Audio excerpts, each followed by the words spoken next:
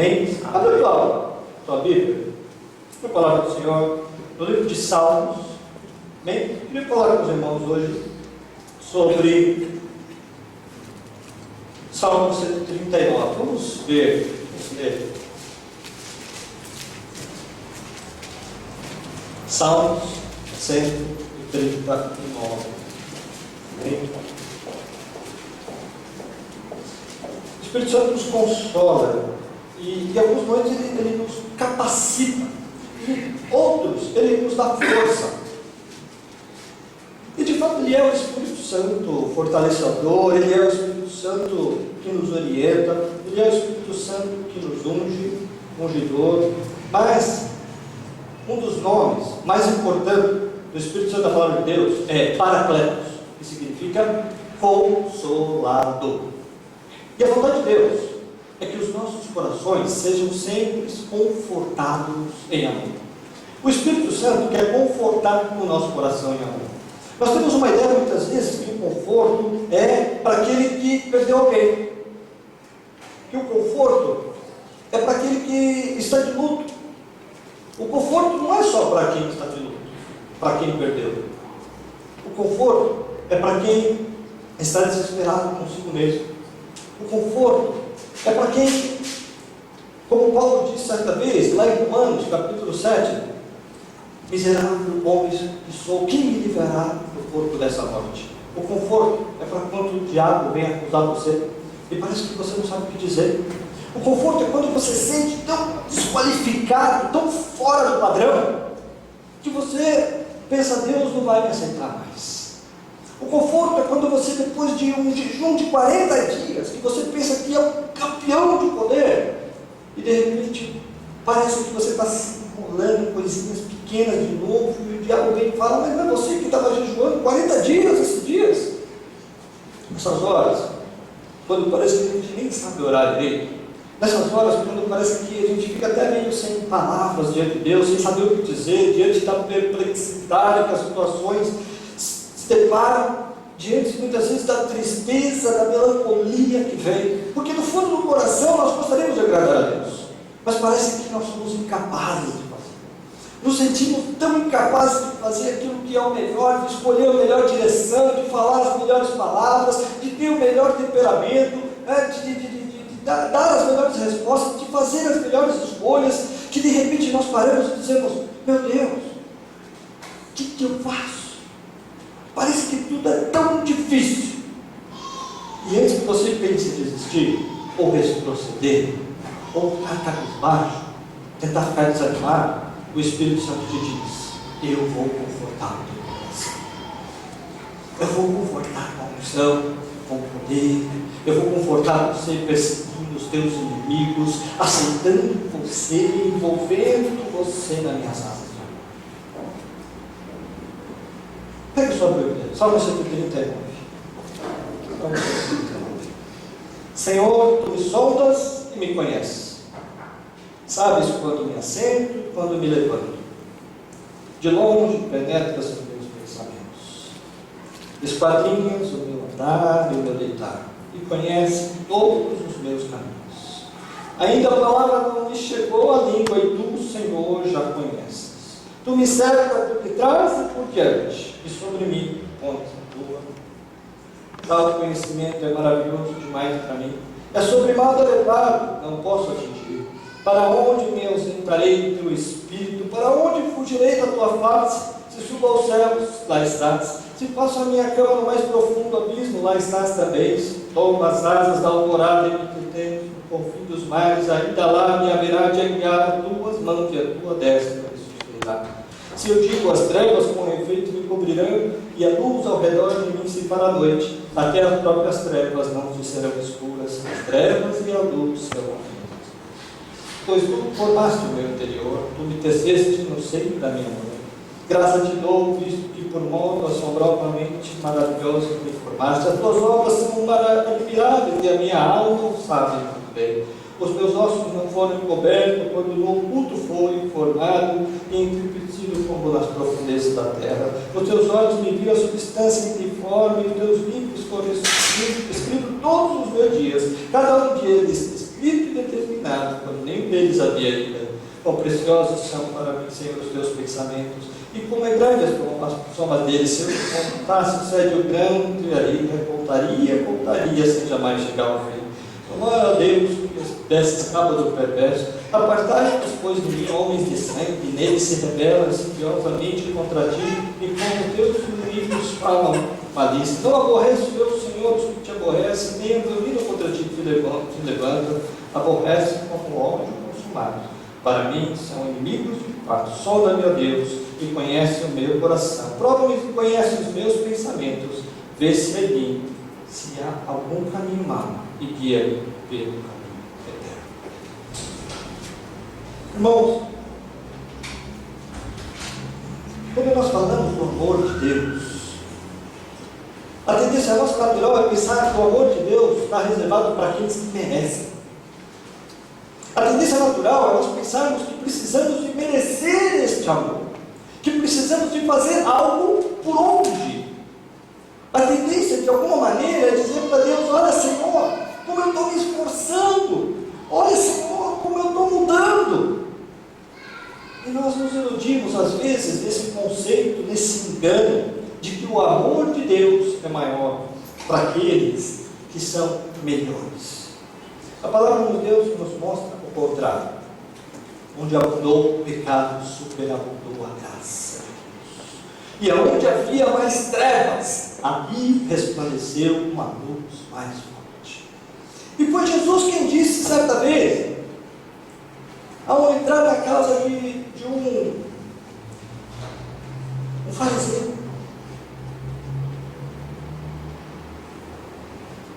e de repente, ao entrar naquela casa, ele sentou-se à mesa, e uma prostituta entrou. E a prostituta veio e se colocou aos seus pés, e começou a lavar os seus pés com as próprias lágrimas, e enxugar os seus próprios cabelos. E Jesus deixou, porque o Senhor se agrada dessas coisas. E os fariseus, vendo aquilo, disseram: se este homem de fato fosse profeta, ele saberia quem é que está lavando os seus pés. Ele saberia de fato que esta mulher é uma pecadora. E não deixaria sequer que ela tocasse nele. E o Senhor, conhecendo o coração, porque o Senhor conhece tudo. E é por isso que nós lemos aqui que o Senhor nos sonda e o Senhor nos conhece. O Senhor sabe tudo a nosso respeito.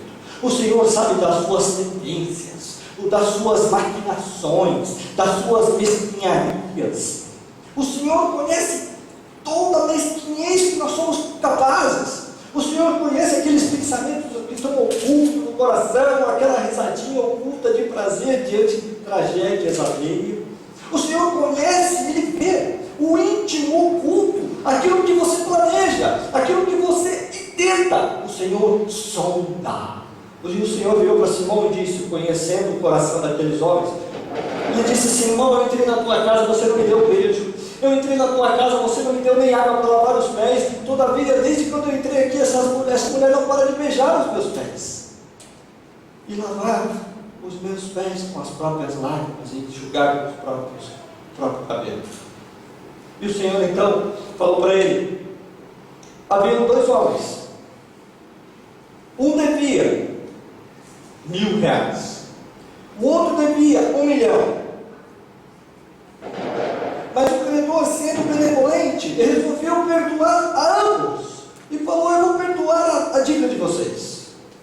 Vão em paz vocês dois, o que deve 1.000 e o que deve 1 milhão. E o Senhor então voltou para Simão e perguntou: Simão, na sua opinião, qual desses dois vai amar mais o Senhor? O que devia 1.000 ou o que devia 1 milhão? Então Simão falou: eu suponho que aquele que foi mais perdoado, esse que vai amar mais. E o Senhor falou: respondeste bem, respondeste bem. O Filho do Homem veio para os doentes e não para os sãos. Essa mulher foi perdoada de uma dívida muito grande, por isso que ela ama mais. Qual que era o tamanho da dívida que você foi perdoado?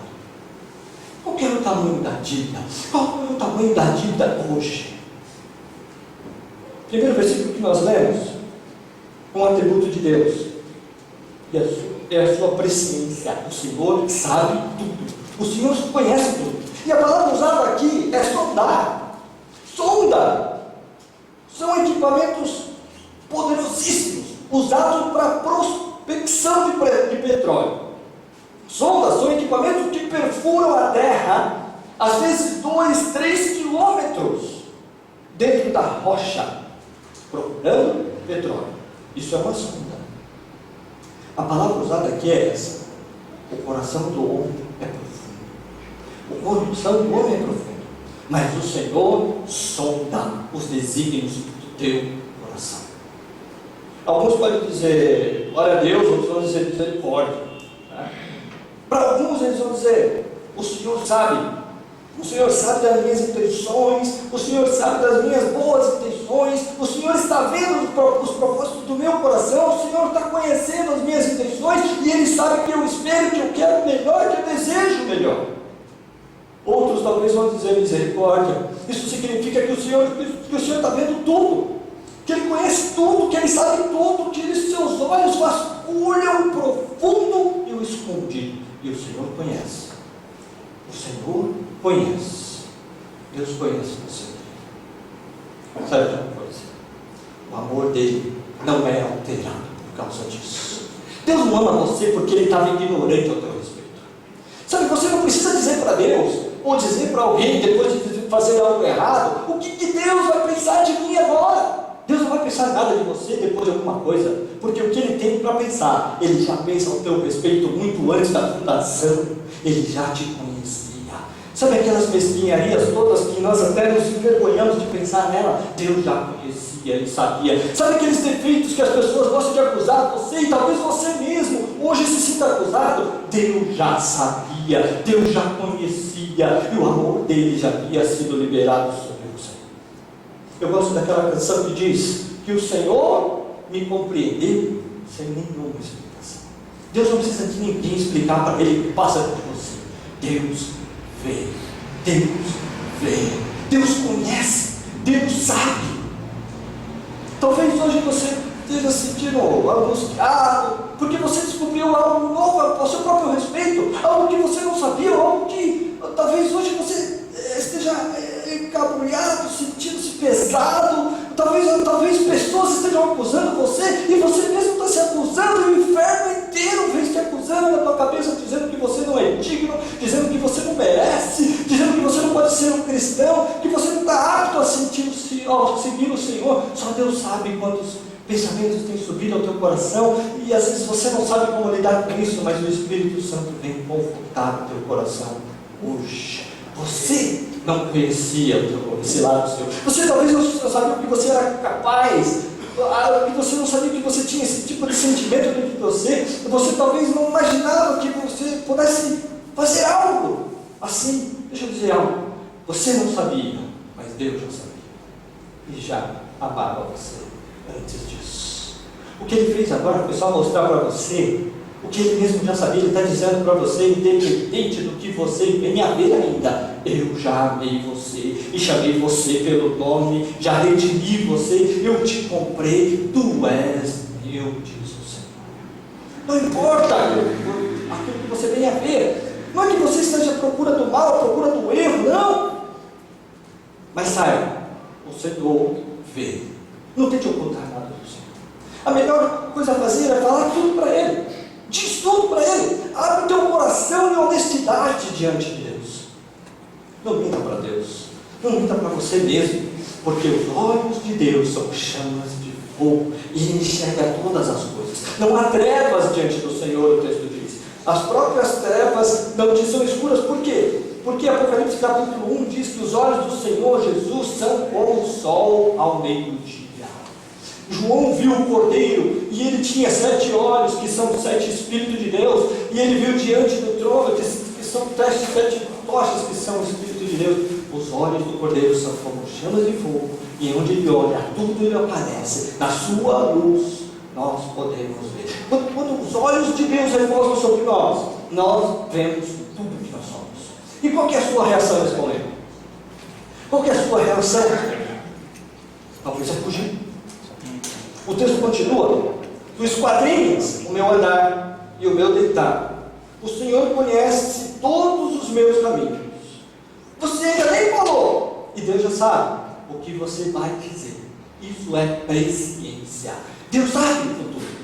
Deus já sabe o que vai acontecer amanhã. Diante dele não existe passado ou futuro. Tudo é um eterno presente.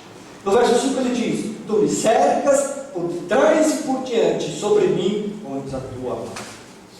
Daí, Davi, de uma maneira forte, tremenda, exclama: para onde fugirei da tua face? Para onde me ausentarei do teu espírito? Por quê? Porque depois dos olhos do Senhor repousar sobre você, pode ser que você queira a semelhança de Adão, fugir de Deus.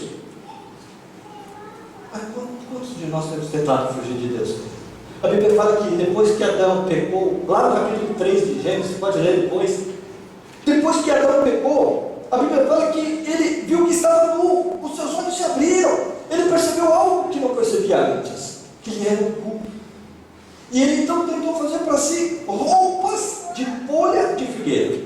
Tentou de uma maneira, no seu esforço humano, se ocultar. Qualquer tentativa sua de ocultar o que quer que seja dentro de você, aos olhos de Deus, é como uma folha de figueira. Quando os seus olhos, que são, como se chama hoje em dia, repousar sobre você, essas tentativas vão secar e murchar como uma folha seca e morre diante do sol do dia. Não tente ocultar-se de Deus. Mas o Senhor veio, e a Bíblia fala que o Senhor chamou Adão: Adão, onde estás? Mas Adão tinha se escondido no meio das árvores do jardim, já que ele não podia se ocultar, então ele se escondeu, tentou se esconder. Há pessoas que tentam se esconder, estão tentando fugir de Deus, se esconder de Deus. Alguns querem se esconder no meio da multidão, outros querem se esconder fugindo da comunhão, da igreja, dos irmãos. Muitos querem fugir, ficam de longe olhando, ficam de longe observando, não querem se envolver, não querem se misturar, porque pode ser que Deus veja. Estou tentando fugir de Deus. Foge de Deus através do trabalho, foge de Deus pensando que se ele falar, se ele cometer algum tipo de pecado, pode ser que Deus desista dele. Mas sabe quando o Senhor diz aqui: se eu subir aos céus, lá estás; se eu fizer minha cama lá no mais profundo abismo, lá estás também; se eu tomar as asas da alvorada e meter no confim dos mares, ainda lá me haverá de guiar a tua mão. Sabe o que o texto está querendo dizer com isso? Que, em primeiro lugar, que é impossível fugir de Deus. Em segundo lugar, está querendo dizer que não importa para onde você for, Deus vai chegar primeiro lá para esperar por você. Está esperando que Deus não desiste daqueles que são seus. Se Deus um dia conquistou você, não tenta mais fugir dele, porque Ele vai atrás de você aonde você for. Não há morte, não há vida, não há principado, não há potestade, não há altura, não há profundidade, não há coisa do presente, não há coisa do porvir. Não existe criatura alguma que vai poder impedir o Senhor de alcançar você. Nada poderá nos separar do amor de Deus, querido. Ele vai atrás de você. Não se preocupe, porque Ele vai atrás de você. Algumas pessoas falam: pastor, fulano de tal afastou-se, fulano de tal não quer mais estar na comunhão da igreja. E eu sempre falo para os irmãos: não se preocupe, se não é de Deus, o lugar dele não é aqui. Mas se é de Deus, não importa onde ele for, Deus vai estar esperando por ele lá. Não importa o lugar que ele resolver. Jonas um dia quis fugir de Deus, pegou um navio para o destino mais distante que existia naquele dia, para a cidade mais longínqua, literalmente o fim do mundo, onde Judas perdeu a volta. Para lá Jonas resolveu ir, e ele pensou comigo: quem sabe Deus não me alcança ali. Mas não pergunta para onde você for, não importa quão rápido é o avião que você tome, não importa o lugar onde você esteja, Deus vai estar lá esperando por você. Deus corre mais que você, Deus anda mais rápido que a gente. Aí você fala: por que Deus não desiste de mim? Por que Deus não muda em relação a mim? Por que eu não tenho feito por onde? Eu não mereço. Talvez você pense. E aí está a angústia de muitos nas igrejas, que estão tentando merecer aquilo que não pode ser merecido, que estão tentando comprar aquilo que não pode ser pago, que estão tentando tomar por esforço aquilo que é dado livremente. Não há dinheiro que possa pagar o amor de Deus. Não tem conduta tão boa que possa merecer a graça e o amor de Deus. O Senhor graciosamente olhou para você e amou você e estendeu a mão para você. E te fez filho dele. Se ele fez isso quando você era miserável, pecador, ele vai continuar fazendo até o dia que você entrar na glória. O negócio é que muitos de nós, quando estávamos no pecado, distante de Deus, tínhamos o costume de clamar misericórdia.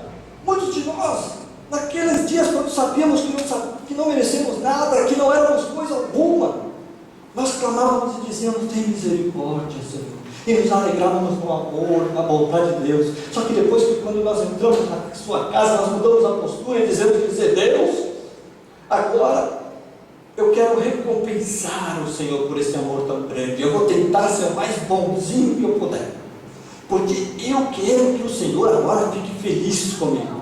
Só que quanto mais você tenta, parece que mais difícil é. Quanto mais você se esforça, parece que se torna mais impossível. E até que talvez você tenha chegado nesse ponto. Você não chegou, espero que chegue logo, ao ponto de clamar e dizer: quem pode agradar a Deus? Quem pode fazer algo para Deus que Ele precise ou que Ele não tenha? Quem pode dar um presente para Deus que Ele já não tenha criado para si mesmo? Quem pode falar uma palavra que Ele mesmo não tenha colocado nos lábios? Quem pode compor uma canção que Ele mesmo não tenha inspirado? Quem pode fazer algo para Deus que Ele não tenha, ou que Ele possa dizer: eu quero isso? As nossas obras, diz a palavra de Deus, são trapos de imundícies para Deus, não servem para nada. Não tente merecer o amor de Deus com as suas lutas. Não tente merecer o amor de Deus com o teu trabalho. Não tente merecer o amor de Deus porque você é um bom líder. Não tente merecer o amor de Deus sendo um crente exemplar. Seja tudo isso. Faça o melhor que você puder. Mas sempre lembre, tudo isso vem dele. É Ele que me dá. O que eu tenho que Deus possa querer? O que você tem que Deus possa precisar? O que você tem para pagar esse amor? Resta a conclusão que Davi mesmo chega em Salmo 116: e darei eu ao Senhor por todos os benefícios para comigo. O que você pode dar para Deus? Só tem uma coisa que você tem e que Deus talvez não tenha. Só tem uma coisa que é sua e que Deus está querendo. Não é o seu trabalho, não é a sua habilidade. Nosso trabalho para Deus, irmãos, é como o trabalho de uma criança de 5 anos de idade, tentando agradar o pai e a mãe. É como uma criança de 5 anos, tentando lá lavar a casa, lavar os pratos, arrumar tudo para agradar a mãe. Mas tudo que ela faz é imperfeito. Tudo que ela faz é incompleto. Ela jamais consegue atingir o padrão que a mãe exige. Ela jamais consegue corresponder à expectativa completa da mãe ou do pai. Mas os pais não querem os filhos para fazer algo para si. Os pais até se deleitam e se alegram, né? E um comenta com o outro, né? Quando ele lavou o prato, né? Mas talvez o vizinho chegue e fale: mas quem lavou esse prato desse jeito? Talvez quem é de fora diga: mas não a mãe. A mãe se alegra. Mas será que é algo que a mãe não tem? Não. Sabe aquela obra de arte maravilhosa que você fez quando você tinha 5 anos de idade? Eu tenho guardado algumas. São obras de arte. Meus livros rabiscados. Tá? E de vez em quando você pega um livro seu lá, do teu filho lá, rabiscado. Se fosse qualquer outro livro, seria calamidade. Mas como é o seu livro, é uma obra de arte, porque foi o teu filho que fez. Mas não passa de rabisco, de caretas, de coisas sem pé sem cabeça. Mas quando você olha, os teus olhos enxergam algo além. Assim também acontece com Deus. Deus enxerga algo além. Não tente merecer o amor de Deus. Você nunca vai conseguir. Não, pastor, mas eu me sinto tão desqualificados, pastor. Eu me sinto tão desmerecedor. Tudo que eu faço parece que está imperfeito. Parece que meu trabalho, a minha obra são todas imperfeitas. Parece que nada do que eu faço está bom. Deus permite que você fique frustrado, que você entenda que Ele quer você e não o que você pode fazer para Ele. Ele quer você e não o seu trabalho para Ele. Quando Deus criou o homem, onde é que Deus colocou o homem? Numa fábrica? Onde é que Deus colocou o homem? No jardim. E como é que era lá no jardim? O que quer dizer Éden? Quem sabe? Delícia, né? Essa é fácil. Isso é uma pista para você onde Deus quer você. Deus colocou o homem no jardim das delícias e falou: vem ter comunhão comigo, vem andar comigo. Eu quero te ensinar, eu quero falar coisas para você. Mas agora mesmo, eu falei que talvez tenha algo, que talvez seja a única coisa que Deus não tenha. Talvez Deus não tenha ainda o teu coração. É por isso que Ele diz: filho meu, dá o teu coração. É por isso que Ele fala: hoje, filho meu, dá o teu coração. O nosso coração é a única coisa que Deus está atrás, porque Ele nos ama. Deus está atrás do teu coração. Pastor, o que eu posso dar para o Senhor? Dê o teu coração. Pastor, eu estou desqualificado. Mas Deus está atrás do teu coração. Sabe, um tempo atrás, nós tínhamos uma igreja com bastante crianças, e crianças, né? Muita criança junto. São crianças difíceis, né? Os professores reclamavam, os líderes reclamavam, os irmãos tomavam conta, reclamavam, eram crianças difíceis. E alguém falava: pastor, o que nós vamos fazer com essas crianças? E falava para eles: a única coisa que nós podemos fazer com elas é o que Deus faz conosco. Não desista. Ainda que pareça impossível, não desista. Nós somos um povo que não desiste. Amém, querido? Ainda que pareça difícil, aterrador, assustador, angustiante, nós não desistimos. Sabe por quê? Porque Deus não desiste.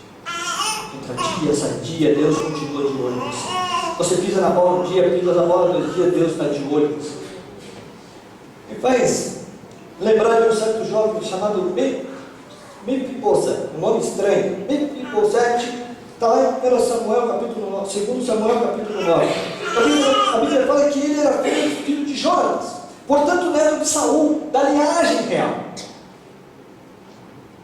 A Bíblia fala que quando o inimigo veio para atacar, a babá dele, a ama que cuidava dele, tentando fugir com ele, deixou ele cair no chão e ele quebrou com os 2 pés. Naquela época não existia ortopedista como hoje. Quando quebrava algo, quebrava, ficava quebrado e ficava simplesmente aleijado. E ele ficou aleijado de ambos os pés. Vou falar um pouco sobre ele depois. Mas, por hora, eu compartilhava com o irmão sobre isso, justamente sobre isso. E ele falava: fulano de tal, Bruno, tem que responder a Deus. E eu falava: irmãos, é muita crueldade mandar um aleijado direitar o pé. Falar para ele: era direito, rapaz, para de mancar, para de mancar. Por que você não para de mancar? Entra ano e sai ano, você está mancando. E não percebe a angústia do Mefibosete tentando esticar o pé e tentando usar todas as técnicas que ele conhece para tentar esticar o pé. E ele tenta disfarçar o andar, mas não conhece, não consegue. A única maneira de ele parecer saudável é ficando sentado. Quando ele está sentado, ele é igual a todo mundo, mas na hora que ele está de pé, todos percebem que ele tem os pés tortos. Pode ser que, sabe, a gente, em algum determinado momento, a gente descobre que nós temos os pés tortos. Pode ser que os seus pés tortos estejam incomodando pessoas, estão te exortando por conta disso. Talvez você tenha clamado a Deus por conta disso, dizendo: Deus, eu não consigo andar reto nos teus caminhos, nos teus propósitos, mas Deus amou você desse jeito e Ele vai completar a obra da tua vida. Ele não vai amar você mais daqui a algum tempo. Ele já amou o máximo que podia você. Por isso, o amor dele alcança você. Olha, irmãos, a minha vida, eu tenho estado no ministério há muito tempo e eu me esforço para ser agradável, para ser zeloso, para ser dedicado, para ser correto, para ser aprovado naquilo que Ele me chamou. Mas Mas todos os dias eu olho para a obra e digo, é perfeita. Todos os dias eu olho para a obra e digo, está cheia de iniquidade. Está cheia de iniquidade. A nossa obra é cheia de iniquidade. Deus é muito gracioso em aceitá-la. Porque tudo que nós fazemos é contaminado. Tudo que nós fazemos é imperfeito. Nada é perfeito em si. Por isso eu jamais chego diante de Deus com obra alguma. Eu jamais chego para Deus e digo, Deus, olha o que eu tenho feito. Eu sempre digo para o Senhor, obrigado, Senhor, pela tua graça, pelos teus olhos de amor que está sobre a minha vida. Porque por mais que eu me esforce, jamais poderei fazer algo que seja agradável aos olhos de Deus. Porque a sua exigência é perfeita. Então alguém vai dizer, pastor, por que a nossa obra é iníqua? Porque nada que nós fazemos é inteiramente puro. Aqueles que cantam, que tocam, não tocam e cantam somente para Deus. Aqueles que pregam, não pregam dependendo só de Deus. Aqueles que estão no banco sentados, muitas vezes não estão olhando só para o Senhor, mas olham para homens e alimentam desejos.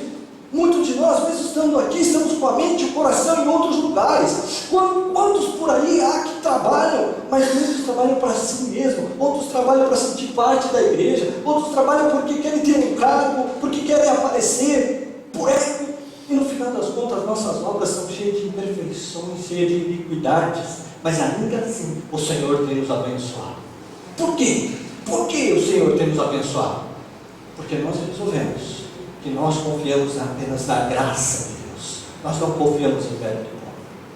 Quantos confiam na graça de Deus aqui? Amém, querido? Amém. Os irmãos estão me acompanhando.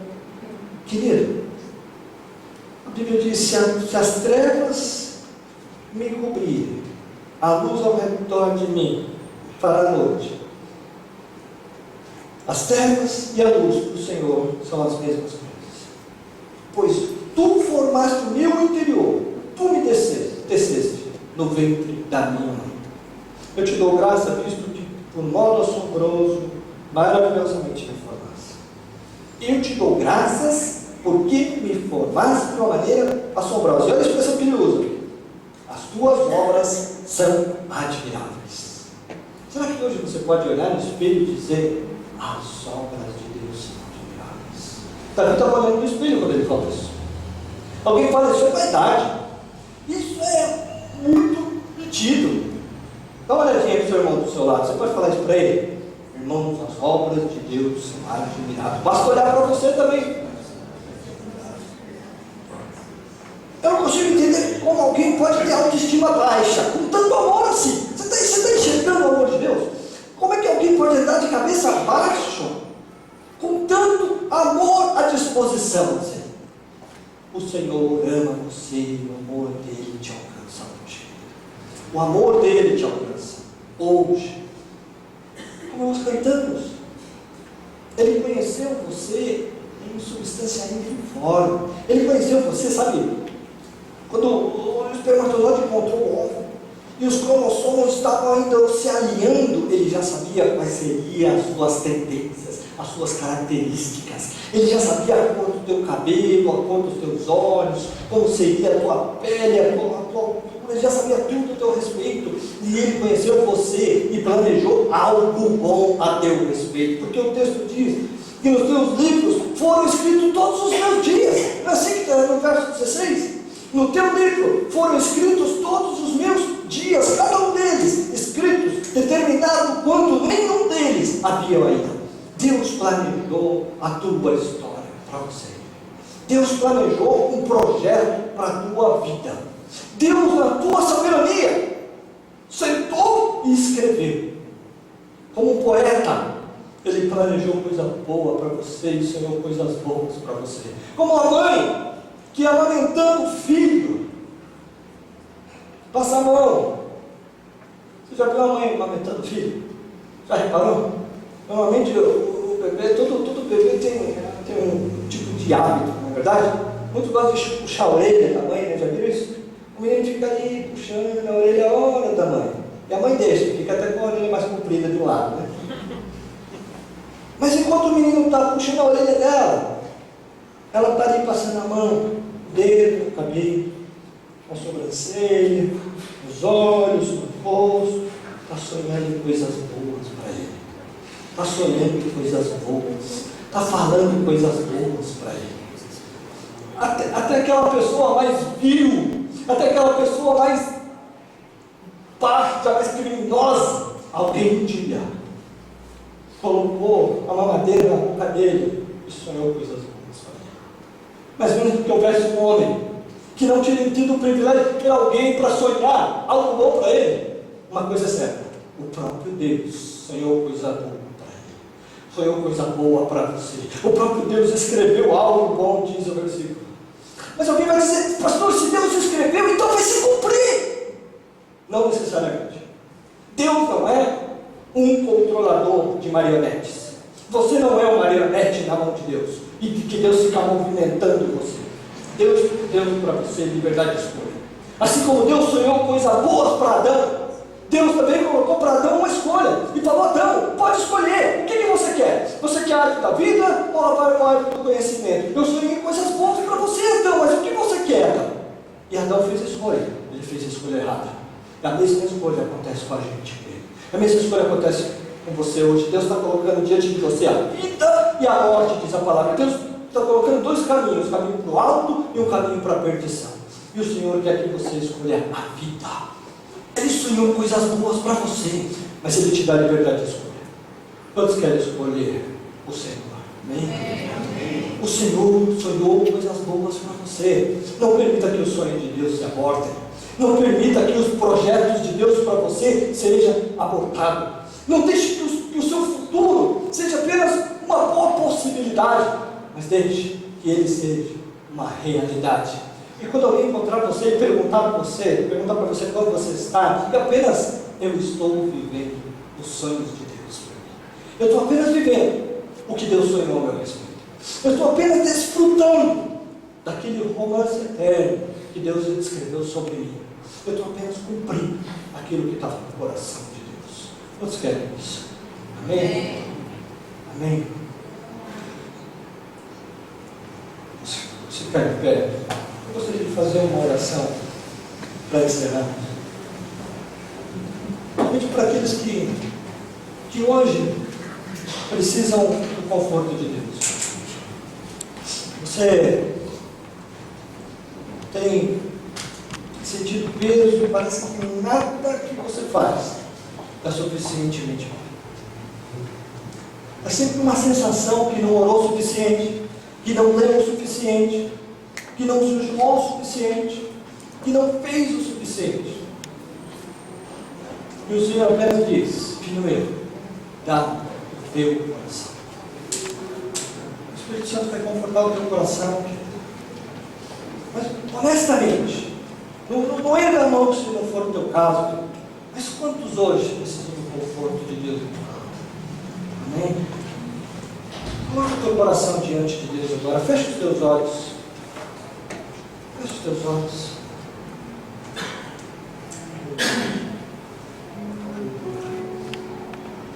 Aleluia. Sabe, queridos, Deus sonhou.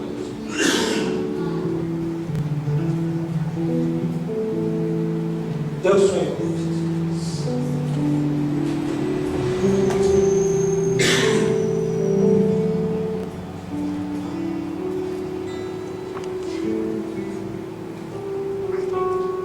Eu não sei se você está vivendo o projeto de Deus. Muitas vezes nós perguntamos, falamos: Deus, por que isso? Deus, por que essas coisas? Foi isso que o Senhor sonhou para mim. Deus, por que certas coisas acontecem?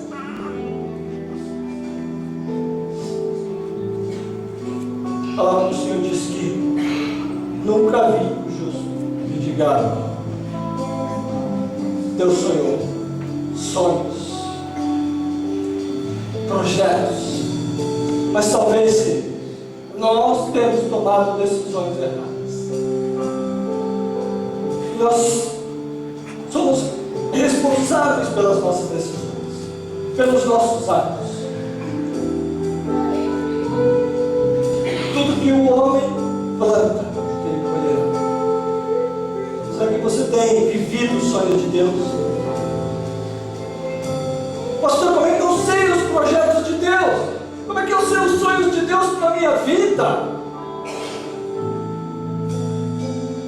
Quantas vezes o Espírito Santo tem ministrado, tem te incomodado, tem dado direção para você fazer ou deixar de fazer algo?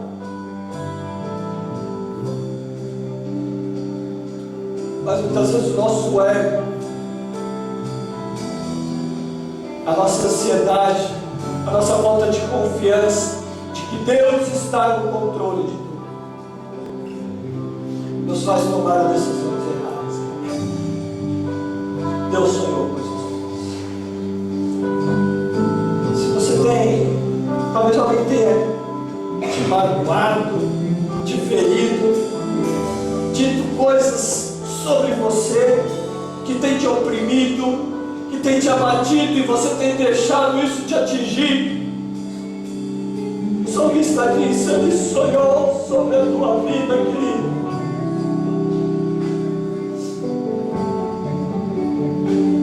Deus já te viu nos teus piores dias e Ele te amou.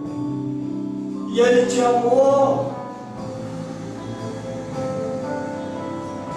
Ele disse: eu te escolhi, eu te chamei, eu te ajudo e te sustento com a destra da minha justiça. Não há nada nem ninguém que pode te separar deste amor, querido. Não se deixe abater, não se deixe ser acusado. Não há nada que você possa fazer para conquistar o amor de Deus, porque a graça de Deus superabundou o pecado.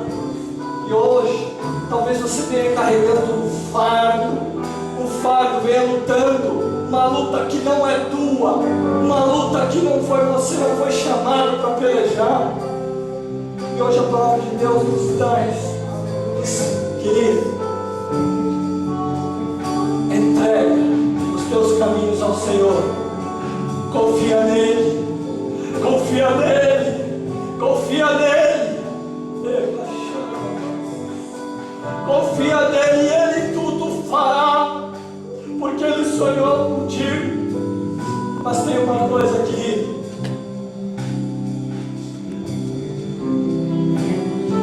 Deus hoje está te dizendo: tá, filho meu, teu coração. Não adianta de nada você sair da tua casa, vir até aqui e não ouvir a voz do Espírito Santo. Sabe, não é pastor A, B ou C que está pregando para você, é a palavra de Deus, é o Espírito Santo de Deus que te amou, te guardou, te protegeu e trouxe o Ebenezer de Deus que te sustentou e te trouxe até aqui. Não foi inimigos.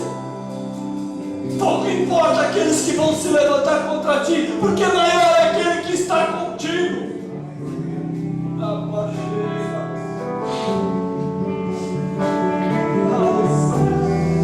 Feche os teus olhos.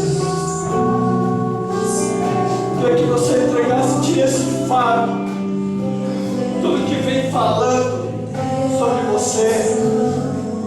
Talvez pai, mãe, amigos, chefe, trabalho, vem condicionando você, dizendo que você é isso, que você é aquilo. Querido, recebe o amor de Deus que sara a ferida, recebe o amor de Deus que tira o fardo, que quebra o fardo. Você possa colocar agora: é você e Deus, não é igreja, não é pastor. Eu vou dizer uma coisa para você: não tem ninguém que possa subir aqui